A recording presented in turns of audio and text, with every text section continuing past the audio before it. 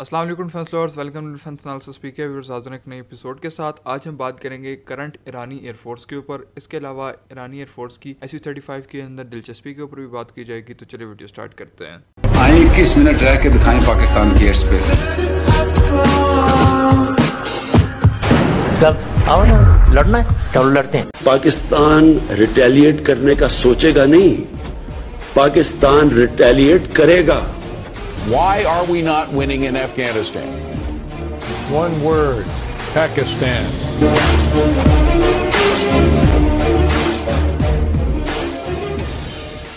Viewers, सबसे पहले बात कर लेते हैं करंट ईरानी एयरफोर्स की। ईरानी एयरफोर्स के अंदर इस वक्त F-14 शामिल है, MiG-29 शामिल है, SU-24 शामिल है। इसके अलावा F-4, F-5 और F-1 मिराजेस जो हैं वो भी शामिल हैं, और F-7 PGs भी जो है वो ईरानी एयरफोर्स के अंदर सर्व कर सकते हैं। ईरानी एयरफोर्स बेसिकली एक ऐसी एयरफोर्स है जिसे आप कह सकते हैं कि इस वक्त जितनी भी लीडिंग पावर्स हैं उन सब के फाइटर जेट जो है वो ईरानी एयरफोर्स के अंदर सर्व कर रहे हैं। अगर बात कर लीजिए अमेरिका की साइड पे, तो अमेरिका की साइड से F-4, F-5 और F-14 शामिल हैं ईरानी एयरफोर्स के अंदर। इसके बाद अगर चाइनीज साइड पे बात की जाए तो F-7 PGs चाइनीज मेड हैं जो कि ईरानी एयरफोर्स के अंदर सर्व कर रहे हैं। उसके बाद अगर रशिया की तरफ बात कर ली जाए या सोवियत ईरा की बात कर ली जाए तो वहाँ से SU-24 और MiG-29 जो है वो ईरानी एयरफोर्स के अंदर शामिल है। और रह गई बात फ्रांस की, तो फ्रांस की तरफ से F-1 मिराजेस जो हैं वो बेसिकली ईरानी एयरफोर्स के अंदर सर्व कर रहे हैं। तो आप कह सकते हैं ये ईरानी एयरफोर्स जो है वो तकरीबन तमाम पावर्स का एक कट जोड़ है, और इसके अंदर तमाम जो लीडिंग पावर्स हैं उनके एयरक्राफ्ट जो है, उनके बनाए हुए एयरक्राफ्ट जो है वो यूज हो रहे हैं। फिर इसके अलावा ईरान अपनी मदद आपके तहत भी कुछ फाइटर जेट्स बनाता है जिसको वो सईका और कौसर कहता है। सईका और कौसर के नाम क्या आप उसको कह सकते हैं। फाइटर जेट बना रहा है ईरान अपनी एयरफोर्स के अंदर जो इस वक्त इंटैक्ट हुए हुए हैं। ये बेसिकली F-5 नॉर्थरॉप ग्रोमन के F-5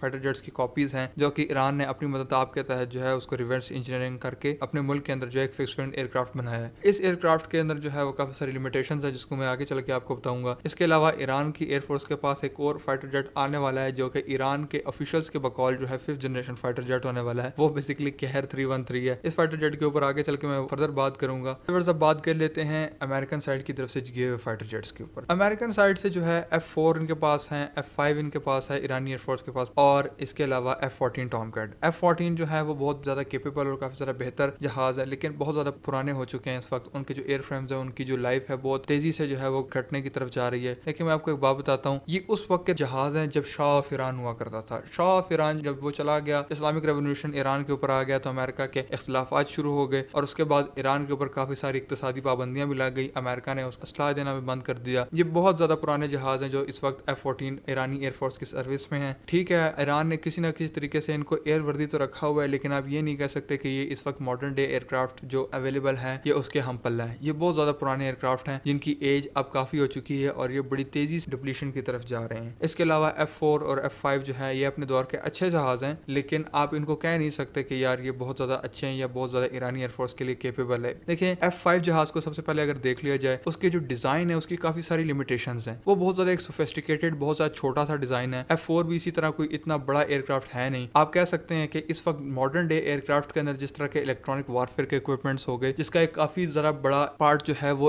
रेडार है और काउंटर मेजर सिस्टम्स होते हैं, वो बहुत ज्यादा इंपॉर्टेंस रखते हैं। अब मॉडर्न वारफेयर जो है वो बिल्कुल चेंज हो चुकी है, आप ये सब जानते हैं। एक रेडार जो है वो बहुत ज्यादा इंपॉर्टेंस रखता है किसी भी फाइटर जेट के लिए। आप F-5 की नोज कोन के अंदर एक ऐसा रेडार नहीं लगा सकते, और अगर ऐसा रेडार आप किस तरीके से लगा भी लें, एक तो वो सोफिस्टिकेटेड जहाज है, बहुत ज्यादा कम्प्लेक्स जहाज है, लेकिन अगर आप किसी भी तरीके से उसके अंदर एक ऐसा रेडार लगा भी लें तो वो इतना छोटा रेडार होगा कि आप कह सकते हैं कि उसकी रेंज बहुत ज्यादा लिमिटेड होगी। इसी तरह F-5 जहाज की जो रेंज है उसके अंदर फ्यूल कैरिंग कैपेसिटी भी बहुत ज्यादा कम है, और दूसरी जो और चीजें जो इसके अंदर ऐड ऑन की जा सकती है जो कि एयर फ्रेम है, वो एक लिमिटेड पेलोड अपने साथ लेके उड़ सकता है, जो कि इस वक्त आप कह सकते हैं कि उसकी एयर फ्रेम की इतनी ज्यादा लिमिटेशंस है कि उनको मॉडर्न डे एयरक्राफ्ट के अंदर चेंज नहीं किया जा सकता। ये पूरा डिजाइन ही बहुत ज्यादा पुराना हो चुका है। ठीक है, नॉर्मल डे मिशन के अंदर जिस तरह मैंने आपको बताया कि सईका और कौसर उसने बनाए हुए हैं, वो एक छोटे मोटे रोल्स के लिए तो काम कर सकते हैं, लेकिन लीडिंग एयरक्राफ्ट इसको वो खुद नहीं बना सकते। इसके बाद बात कर लेते हैं ईरानी एयरफोर्स के अंदर सर्व करने वाले रशियन फाइटर जेट्स की। रशियन फाइटर जेट्स जो हैं वो बेसिकली दो ही इस वक्त ईरानी एयरफोर्स के अंदर सर्व कर रहे हैं, एक SU-24 और एक MiG-29। सबसे पहले बात कर लेते हैं SU-24 के ऊपर। SU-24 जो है वो काफी ओल्ड इरा का जहाज है, 1970s की टेक्नोलॉजी है। ईरान को जब ये मिले थे उस वक्त आप कह सकते हैं कि इन जहाज़ों के अंदर अच्छी टेक्नोलॉजी मौजूद थी, लेकिन अब ये with the passage of time काफ़ी एजिड हो चुके हैं, जैसे कि ईरान के दूसरे जहाज़ एजिड हो चुके हैं।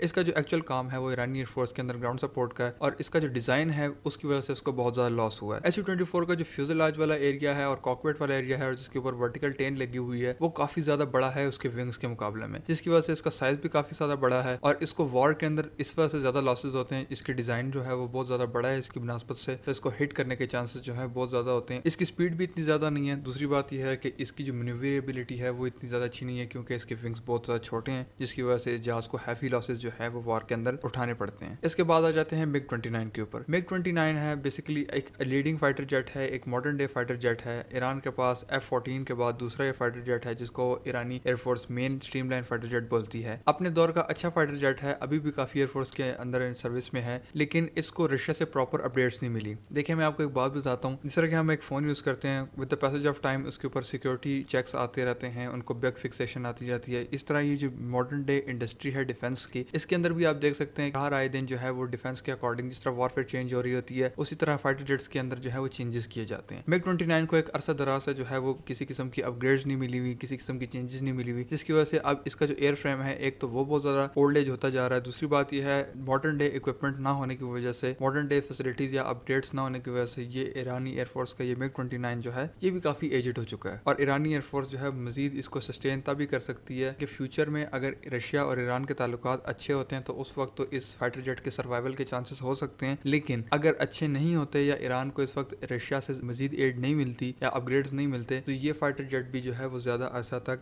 ईरानी एयरफोर्स के अंदर नहीं रह पाएगा। फिर अब बात कर लेते हैं ईरानी एयरफोर्स के अंदर सर्व करने वाले दो डिफरेंट प्लेटफॉर्म जो कि दो डिफरेंट कंट्रीज से है। सबसे पहले बात कर लेते हैं मिराज F1 की। मिराज F1 जो है वो बेसिकली फ्रांस की तरफ से बनाया गया हुआ एक लेगेसी फाइटर है। ये मिराज की सीरीज का सबसे पहले फाइटर्स में से एक है, जिस तरह मिराज ने मिराज 3, मिराज 5, मिराज 2000 अभी डिसॉल्ट रफाल जो बनाए हैं। फ्रेंच मेड फाइटर जेट्स की जो लेगेसी है ये उसको परस्यू करता है और ये बहुत ज़्यादा अर्ली फाइटर जेट है फ्रांस की तरफ से बनाया हुआ। ईरान ने सिर्फ इसको इस वजह से एयर वर्दी रखा हुआ है कि जिस तरह उसकी स्क्वाड्रन स्ट्रेंथ जो है वो गिर रही है या डिप्लीट हो रही है उसको सिर्फ मेंटेन करने के लिए, या आप कह सकते हैं अपने स्क्वाड्रन स्ट्रेंथ को रेज रखने के लिए जो है ईरान ने इसको सिर्फ अपने स्ट्रेंथ के अंदर रखा हुआ है, अपनी फ्लीट के अंदर रखा हुआ है, अदर देन ईरान इसको ज्यादा देर तक अपनी फ्लीट के अंदर सस्टेन करने का कोई इरादा नहीं रखता। अब बात कर लेते हैं F-7PGs के ऊपर। F-7PGs जो है वो चाइना की तरफ से बनाए गए वो फाइटर जेट्स हैं, बेसिकली रशियन एयर फ्रेम है। रशिया ने जो है वो चाइना को एक अथॉरिटी दी हुई है कि आप इसको अंडर लाइसेंस अपने मुल्क के अंदर बिल्ड करें, उसके बाद आप इसको दूसरे कंट्रीज को सेल भी करते हैं। चाइना इसको अपने तरीके से मॉडिफाई करता है, फिर इस एयर फ्रेम के अंदर अपने इलेक्ट्रॉनिक्स या दूसरी चीजें जो बना के वो एड ऑन करता है और दूसरे कंट्रीज को वो सेल करता है। बेसिकली एयर फ्रेम रशिया का ही है, लेकिन चाइना उसको मॉडिफाई करके अपने हिसाब से या जो कंट्री उसको ले रहा होता है उसके हिसाब से मॉडिफाई करके दूसरी कंट्रीज को सेल करता है। जिस तरह उसने पाकिस्तान को F-7PG सेल किए हुए हैं, जिस तरह उसने ईरान को सेल किए हुए हैं। ईरानी ऑफिशियल्स ये कहते हैं हमारे पास जो इस वक्त F-7PGs काम कर रहे हैं उनका मकसद यही है कि जो नए फाइटर पायलट्स आते हैं वो इन F-7PGs के ऊपर जो है वो ट्रेनिंग हासिल करते हैं, अपनी इनिशियल ट्रेनिंग। वेल मैं ये समझता हूँ अगर ईरान ने दूसरे फाइटर पायलट्स इस तरह के ट्रेन करने हैं इसी फाइटर जेट के ऊपर, जबकि ईरान ने दूसरे F-7PGs लेने नहीं है, तो जरूरत क्या है ट्रेन करने की? वेल मुझे तो नहीं पता इसका मतलब, अगर आप जानते हैं तो कमेंट सेक्शन में जरूर मेंशन करें। व्यूअर्स अब बात कर लेते हैं ईरानी एयरफोर्स की Su-35 के अंदर दिलचस्पी के ऊपर। रिसेंटली ईरानी एक जनरल ने जो है वो एक स्टेटमेंट जारी की है जिसके अंदर वो ये बताते हैं कि Su-35 के अंदर ना सिर्फ ईरानी एयरफोर्स इंटरेस्टेड है बल्कि अपने फ्यूचर प्लान्स के अंदर इसको फिट होता हुआ देख सकते हैं। इसके अलावा ईरानी एयरफोर्स इसके अंदर भी इंटरेस्टेड है कि Su-35 को अपने फ्लीट किट के अंदर शामिल किया जाए। लेकिन मैं आपको एक बात बताता हूँ, किसी भी फाइटर जेट की एक्विजिशन जो है वो कोई छोटा मामला नहीं होता। ये फाइटर जेट जो होता है, जो भी आप अपने फ्लीट के अंदर शामिल करेंगे या किसी भी कंट्री से एक्वायर करेंगे, डेफिनेटली ये 40 to 50 ईयर्स इसने आपके साथ चलना है, इसने आपको सर्विसेज देनी है। तो किसी भी फाइटर जेट को चूज करने से पहले काफी सारी चीजों को सामने रख के उसके मुताबिक डिसीजन लेना होता है। ये किसी भी डिफेंस डील के अंदर सबसे ज्यादा एक्सपेंसिव और सबसे ज्यादा अहम रिक्वायरमेंट समझी जाती है किसी भी फाइटर जेट को अपने फ्लीट के अंदर शामिल करने की। अब वो कौन से चैलेंजेस है जिसको देख के कोई भी कंट्री जो है इस फाइटर जेट को चूज करता है? अगर पेचीदा बात कर ली जाए, सबसे पहले एक फाइटर जेट किसी भी कंट्री के लिए कितना सूटेबल है ये चीज देखी जाती है। दूसरी चीज उसके ऊपर सैंक्शंस लग रही हैं या किसी किस्म की किसी स्टेट को किसी किस्म का उस थ्रेट तो नहीं हो सकता, इस चीज को भी मद्देनजर रखा जाता है। इसके अलावा ये चीज भी देखी जाती है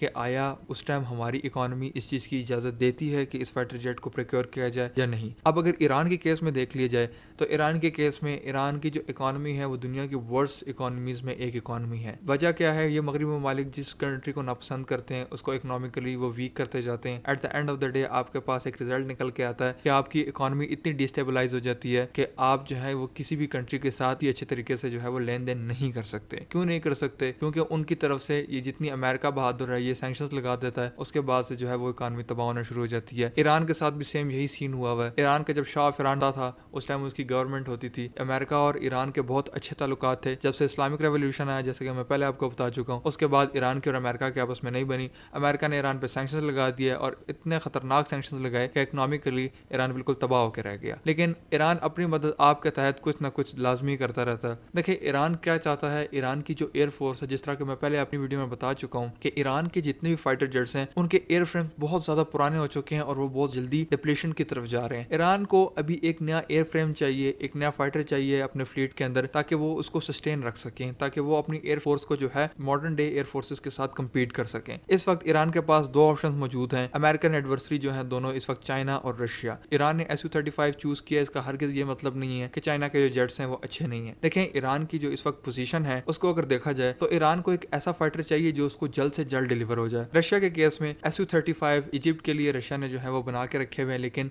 इजिप्ट अमेरिकन प्रेशर की वजह से इस वक्त रशिया से उसकी डिलीवरी नहीं ले सकता। और दूसरी तरफ जो है रशिया और यूक्रेन की वॉर भी लगी हुई है। इसी मौके को ईरान कैश कराना चाहता है। ईरान क्या चाहता है कि जिस तरह वो ऑर्डर प्लेस करे तो उसको जल्द से जल्द जो है वो उसकी डिलीवरीज कर दी जाए। और डेफिनेटली रशिया के केस में सब सामने आ रहा है, थोड़ा सा टाइम लगेगा और ईरान को उसकी डिलीवरी स्टार्ट हो जाएंगी Su-35 की। एक तो ये केस हो गया। दूसरा, जिस तरह मैंने अपनी थंबनेल के अंदर बताया हुआ है कि क्या ईरान जो है वो ड्रोन्स दे के Su-35 ले सकता है, तो बिल्कुल ऐसा पॉसिबल है। आपने रिसेंटली देखा होगा ईरान ने रशिया को ड्रोन्स दिए हैं। अब ये ड्रोन्स किस मद में दिए ये तो अभी क्लियरली नहीं कहा जा सकता, लेकिन समझा ये जाता है कि ईरान ये अपने ड्रोन्स दे के, क्योंकि ईरान ड्रोन्स बनाता है और बेहतरीन ड्रोन्स बनाता है, अपनी जो उसने एक फोर्स बनाई हुई है ईरान ने ड्रोन्स की, वो काफी तेजी से उसने डेवलप की है। ईरान ने रशिया को ड्रोन्स दिए हैं और जो ज़र मुबादला उससे कमा रहा है वही ज़र मुबादला पे करके Su-35 खरीदेगा। और एक तो ईरान को ये फायदा होगा कि उसकी डिलीवरीज बहुत ज़्यादा जल्दी आ जाएंगी। दूसरी बात यह है कि ईरान की इकॉनमी जो है उसके ऊपर ज़्यादा बोझ नहीं पड़ेगा। ईरान की इकॉनमी जो है वो ज़्यादा मजीद तबाह नहीं होगी, क्योंकि जितने वो ड्रोन्स बेचेगा रशिया को उसके बदले वो Su-35 खरीदेगा। तो मेरी नज़र में दो यही वजूहात हैं। एक तो इकॉनमी की जो सेविंग्स है उसको मद्देनजर रखते हुए ईरान इस वक्त Su-35 को परचेज कर रहा है, और दूसरी चीज़ जो है वो उसकी डिलीवरीज जो है Su-35 की डिलीवरीज रशिया की तरफ से ईरान को बहुत स्पीड अप की जाएंगी, बहुत स्पीडली की जाएंगी, और ईरान को जो है